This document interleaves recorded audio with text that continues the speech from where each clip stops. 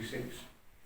Pero nos es imprescindible el poder conocer el contexto de estos versículos siguientes. Bien. Entrando entonces para poder comprender, y entramos a esto. Vosotros mirad vuestras Biblias, leed lo que vamos a nombrar y luego los voy a explicar. El capítulo 12, del que estamos viendo ahora, este capítulo, el autor lo comenta en Tim Keller, que es un capítulo del cual nos habla como una especie de una puerta a los capítulos anteriores.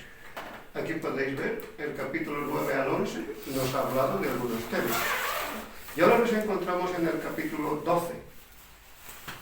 Y a partir del capítulo 12 hay otros temas también que nos habla del capítulo 13 hasta el capítulo 16. Entonces es una puerta, ¿no? Una cosa que nos viene diciendo y otra cosa que va diciendo. Entonces hay algo que es interesante, que es fundamental y que lo podamos comprender en el capítulo 12. Comenzando entonces en este capítulo, el versículo 1, nos da a conocer algo que deberíamos tener en cuenta y nos habla sobre la misericordia de Dios. Vosotros podéis ver en vuestra Biblia y dice así, ¿no? Os ruego, así que, eso justamente nos está diciendo, esto viene de estas cosas. Así que, hermanos, os ruego, dice, por la misericordia de Dios. ¿No? Entonces, este es el tema principal para poder entender. Nos está hablando de la misericordia de Dios todo ese capítulo 12. Pero preguntémonos, ¿qué significa la misericordia de Dios? ¿Cómo podemos entender la misericordia de Dios? Cada uno tal vez lo podemos entender de una y otra manera. Pero ¿qué es? ¿Qué dice la Biblia? ¿Cuál es el concepto de esta misericordia que habla aquí? ¿Cómo tenemos que tomar esa misericordia? Versículos después, el versículo 2 nos nombra de algo también muy interesante que hay que tomarlo en cuenta. Y dice, ¿no? No os conforméis a este siglo, sino transformaos, dice, por medio de la renovación de vuestro entendimiento. Entonces aquí nos está hablando una cuestión fundamental. Para poder comprender la misericordia de Dios, necesitamos tener una renovación, ¿no?, de nuestro entendimiento. Ahora preguntémonos, ¿a qué se refiere esa renovación de entendimiento? Estas palabras son a veces poéticas, a veces líricas, porque en la literatura pues no se encuentra de esta manera, ¿no?, en la que hablamos, en la que leemos. Pero aquí nos vuelca unas cuestiones muy directas a la que nos está diciendo que debe haber una renovación del entendimiento. Vale. Y luego nos habla, esto dice que debe ser como un sacrificio, como un culto racional, ¿no?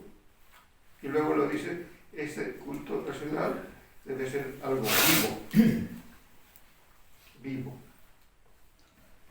Entonces, son cuestiones que tendremos que pensar. ¿Cómo es ese entendimiento vivo y cómo es esa renovación? Pensar eso realmente tiene una profundidad. Y luego nos dice, yendo directamente ahora al versículo 9, nos dice esto. El amor sea sin fingimiento, dice, aborreced lo malo y seguid lo bueno. Esto me ha hecho pensar y digo, ¿cómo puedo yo aborrecer algo? ¿Y cómo puedo yo seguir algo bueno? ¿Es posible? Y la pregunta también me viene a mí, digo, ¿y qué es lo bueno? ¿Y qué es lo malo? Lo bueno para ti puede ser una cosa, lo malo para ti puede ser otra cosa. Tu experiencia puede decir que algo es bueno, pero para mí no. O para ti puede ser algo que es malo y para mí no. Entonces, ¿a qué bueno está hablando de ello, no? Bueno, a nuestro parecer, a nuestro entendimiento, a nuestra cultura, porque también hay cosas dentro de las culturas que dicen una cosa buena y en otra cultura dicen malo, ¿no es cierto? Recuerdo una vez que nos invitó José, estábamos en su casa, estábamos con los chicos y los chicos, los alemanes decían, ¿no tiene una cerveza? Pues sí, tomemos una cerveza, ¿no? Y luego le dijo José a su mamá, le dijo, mamá, es que estos son de otra cultura. Dice, claro, vosotros entendéis que en América Latina un creyente tomar una cerveza, eso es un pecado, eso es un sacrilegio, eso es malo. Pero dentro de la cultura alemana, tomar una cerveza no tiene ese mismo significado. Con esto quiero decir, ¿a qué le llamamos bueno? ¿A qué le llamamos malo? Eso depende de nuestra cultura, eso depende de nuestro entendimiento. ¿Cómo podemos interpretar lo malo y lo bueno? Y aquí, en este versículo también nos dice, ¿no? Lo bueno y lo malo en el versículo 9. Hay que hacerlo, dice, con aborrecimiento. De una manera que podamos horrorizarnos de eso malo. Y dice de lo bueno que hay que seguirlo, pero la palabra correcta sería, hay que apegarse. Aquí creo que lo tengo. Hay que apegarse, ¿no? Puede decirse. Hay que agarrarse. No hay que soltarse de lo bueno. Pero se vuelve a la pregunta, ¿no? ¿Cómo uno puede llegar a hacer eso? ¿Y cómo uno puede aborrecer a aquel otro? ¿Es posible que lo podamos hacer? Si es posible, entonces tendrá que venir nuestra propia voluntad. Pero unos es más y otros es menos. Entonces tendríamos que nivelar. Hay unos buenos creyentes y hay unos malos creyentes. Hay unos súper espirituales de los cuales están aborreciendo y están siguiendo aquello lo malo, ¿no? Pero lo bueno. Es posible que haya una clasificación entonces en que Dios pueda pensar unos bien, otros malos, unos grandes, otros menos. ¿Cómo entendemos esto? Y aquí vuelve la palabra del Señor. Lo que está diciendo en la transformación y en el sacrificio vivo, lo está diciendo y viene y es por el amor de Dios. Cuando dice el versículo 9, el amor, y aquí también tiene un gran interés cuando se fija en el original. El amor viene de una palabra que se llama ágape. Y esta palabra ágape está relacionada siempre con Dios. Entonces nos está diciendo, ¿no? Con el amor de Dios hace que uno pueda realmente aborrecer y realmente amar algo bueno. Pero lo interesante también en este versículo 9, cuando dice, seguid lo bueno, también está hablando de ese tipo de amor de Dios, que es agapao en griego, que viene de esa palabra agape. Entonces esto tiene una respuesta tremenda para podernos hacer entender. No nos está hablando de las cuestiones éticas, ni de la inteligencia a la que nosotros podemos decir qué es bueno y qué es malo. Nos está hablando desde la perspectiva de Dios, su concepto a lo que es malo y lo que es bueno.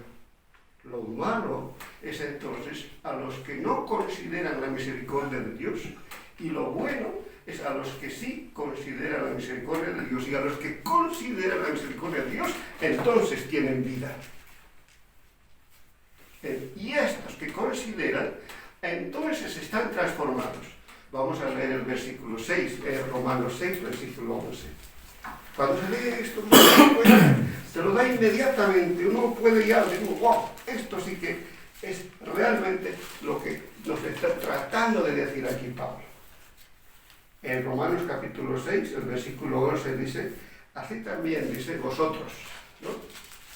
Consideraos, dice, muertos en el pecado.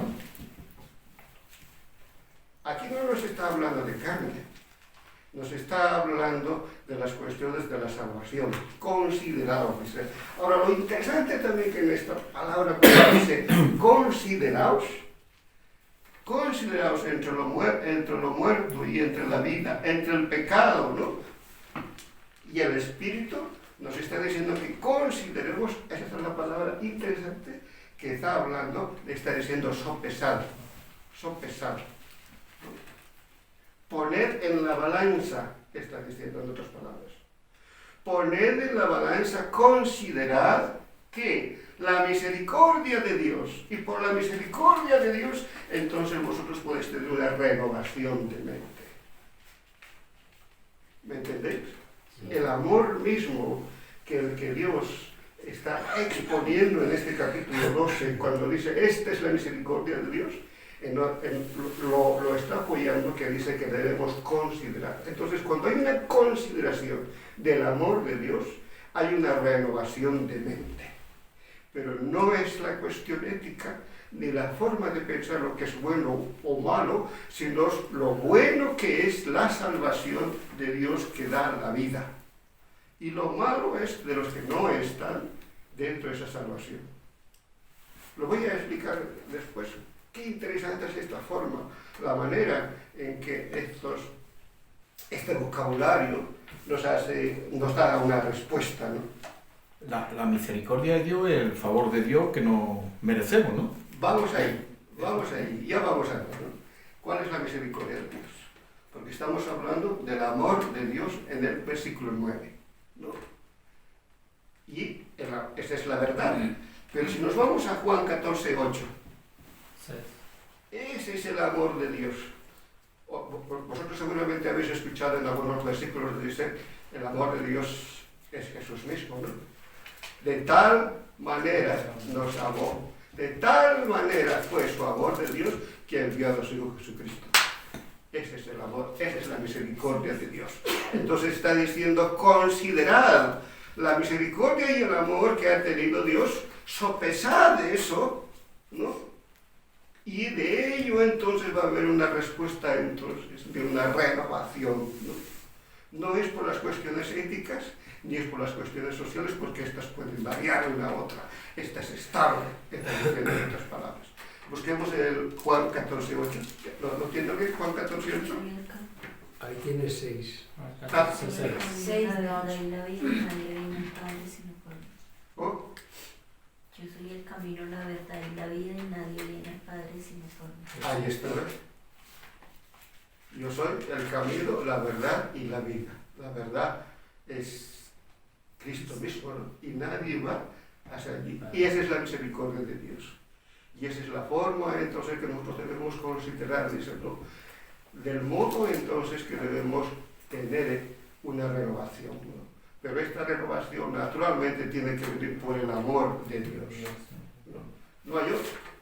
Por nuestra propia voluntad, que nosotros podamos querer, no es tan fuerte por la cual nosotros podamos realmente amar este tipo de salvación, ¿no? Así que por eso nos dice, ¿no? Ese tipo de amor entonces que viene de Dios hace entonces que podamos amar sin fingimiento. Cuando eso ya nos aplana, ¿no? Nos quita realmente todo lo que de nosotros puede venir. Es que de nosotros no viene nada, ¿no? Ya lo dice Jesucristo, ¿no?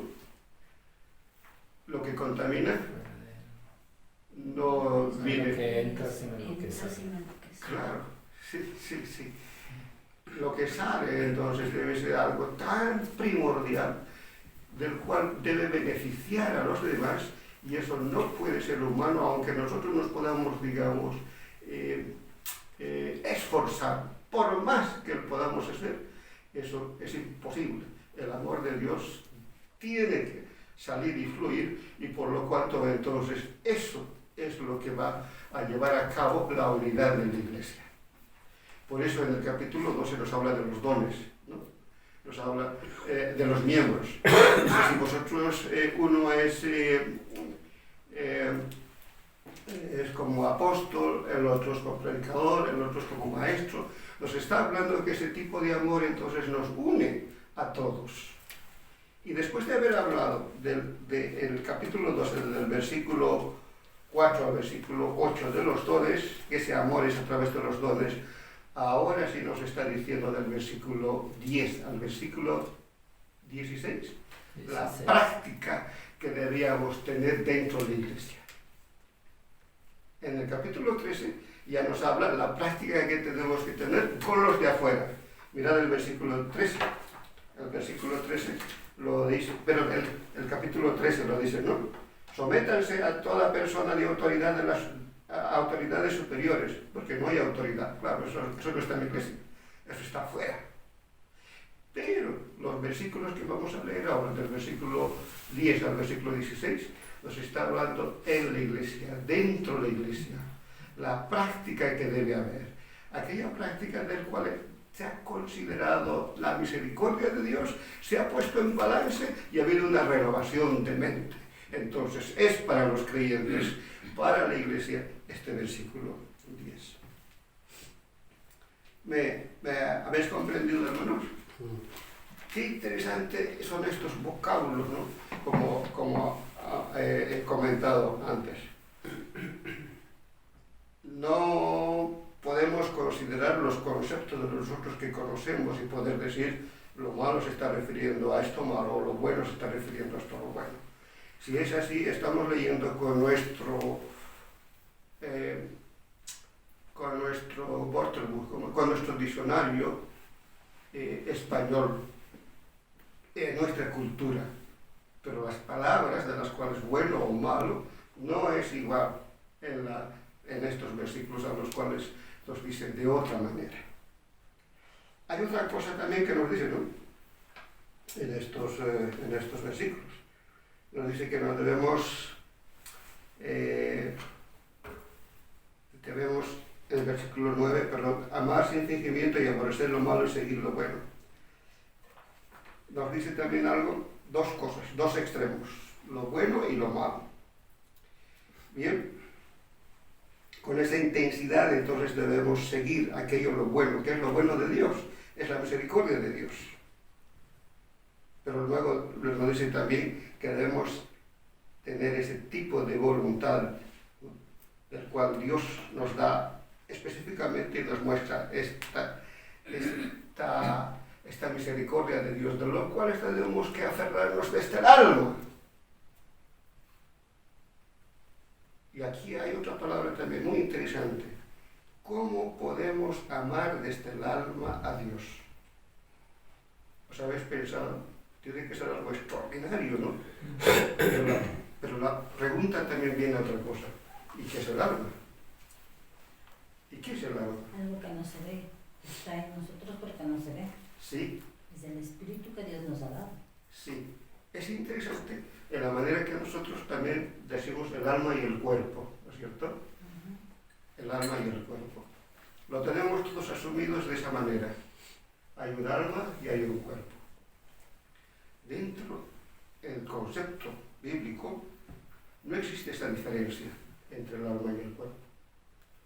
Es un concepto griego del cual se llega a poder disponer, pero dentro de este concepto griego no entra el concepto bíblico. El concepto bíblico hebreo, hay solamente una persona, es decir, tiene el alma, no es cuerpo y alma. Es decir, somos almas. Desde la perspectiva bíblica, somos almas. No hay cuerpo ni alma. Por eso, justamente, si nos ocurre algo en el alma, nos repercute en el cuerpo. Es una sola cosa. Somos trino, ¿no? Espíritu, alma y cuerpo, ¿no? Eso es un pensamiento griego, del cual está pensado de esa manera. ¿Y sabes de dónde salió? Salió desde el aspecto de la filosofía platónica, ¿no?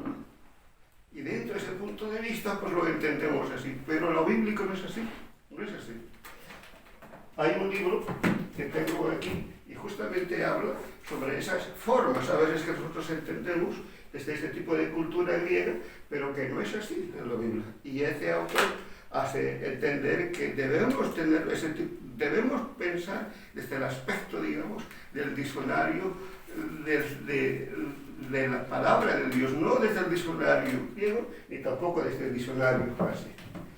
Es que hay muchas cosas que hemos entendido de otra manera, ¿no? Ha habido mucha filosofía dentro de esto. Recuerdo que yo he sido alumno de Francisco Lacueva, ¿no? Y he sido un buen profesor. Es un maestro bíblico de España muy bueno, ¿eh? Pero él lo dijo en una clase también, dice que he metido mucha filosofía. Y es verdad. Cuando veis los libros así, alguien ha leído, digo, ¡wow! Todo esto es filosofía pura. Y entonces sacó otro librito para poder hacerlo más sencillo, quitando la propia filosofía. ¿Sí?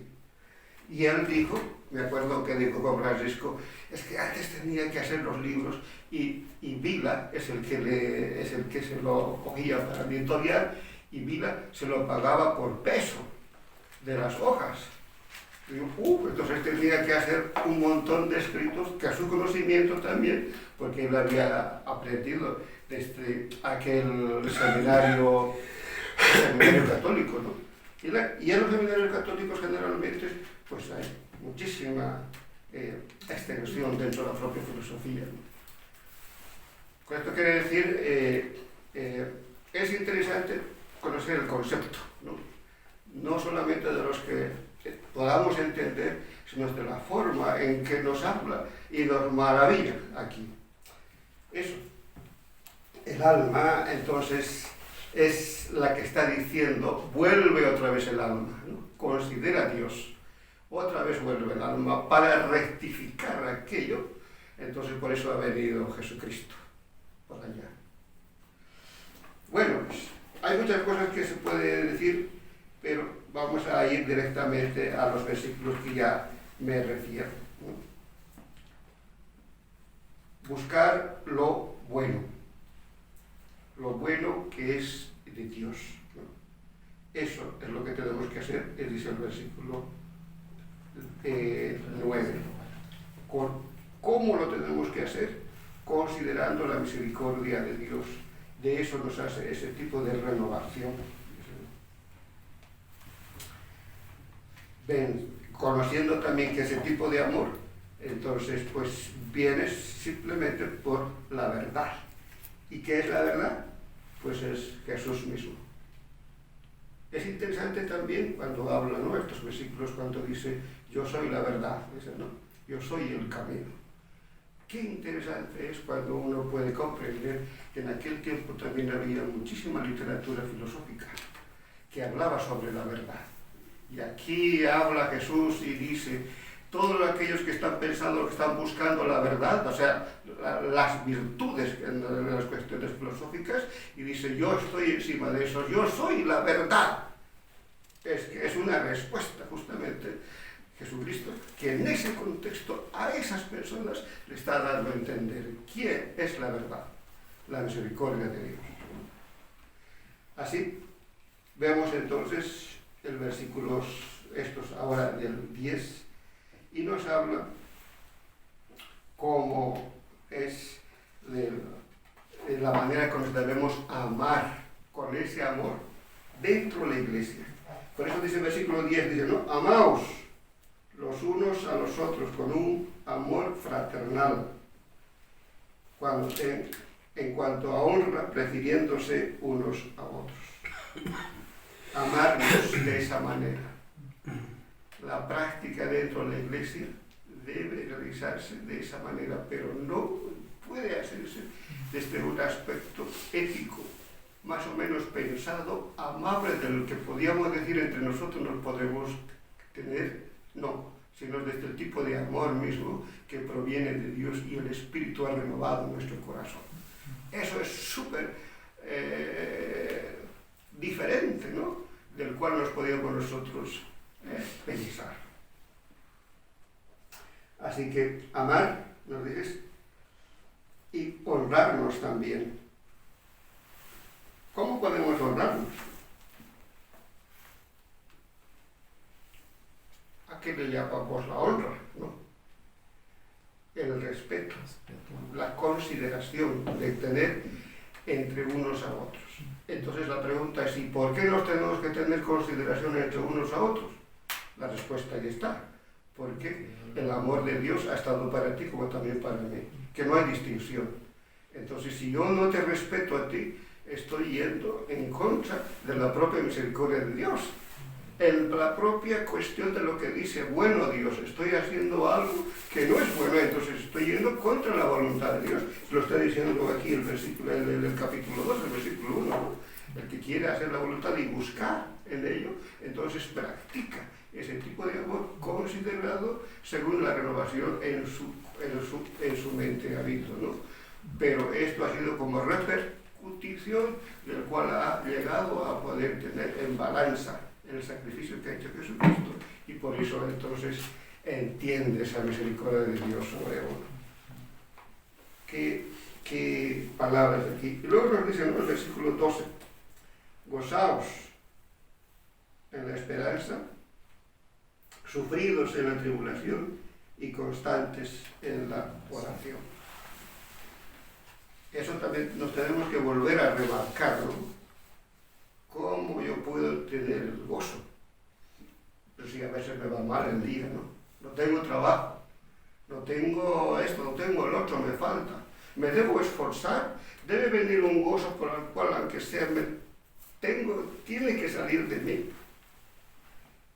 Eso está bien, pero el gozo, estamos hablando de la práctica, que es de la propia misericordia de Dios. O sea, tenemos que tener en cuenta siempre qué ha hecho Jesucristo, ¿no? Cómo nos ha enlazado. Ese es el gozo por el cual entonces todas las cosas de nuestras personas, todas las dificultades que puede haber, nos lleva hacia Él. Ese es el gozo por el cual, esa consideración que da.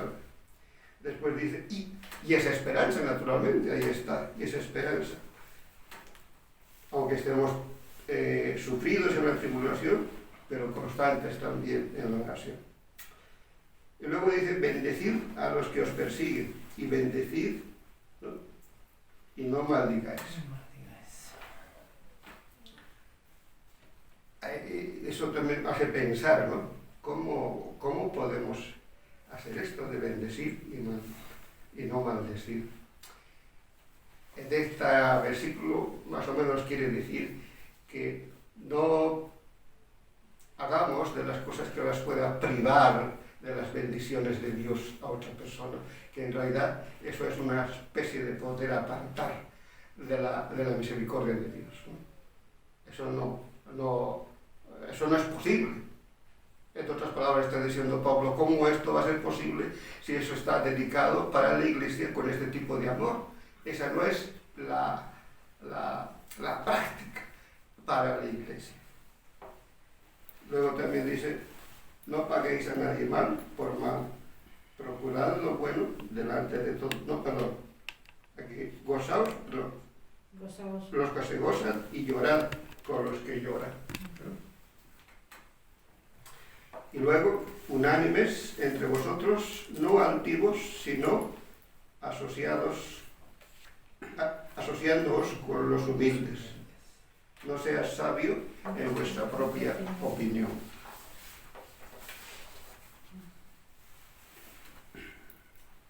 Le da el toque final.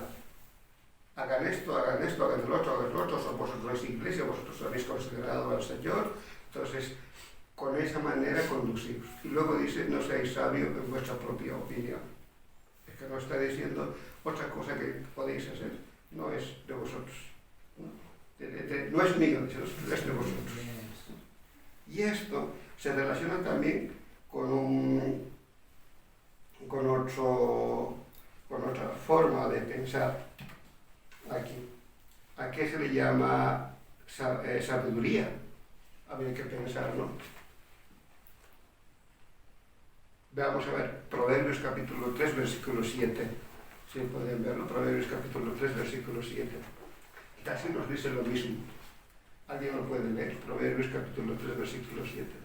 No seas sabio en tu propia opinión, temed a Jehová y apártate del mal. Sí. ¿Saben que el enfoque hebreo tiene un concepto que no es el español, al que nosotros decimos sabiduría, no decimos que sabe, como una forma, digamos, inteligente?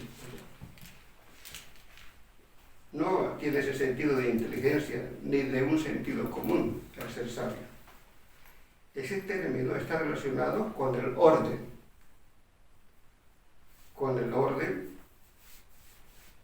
y la búsqueda del orden con Dios, que Dios es la fuente y el centro.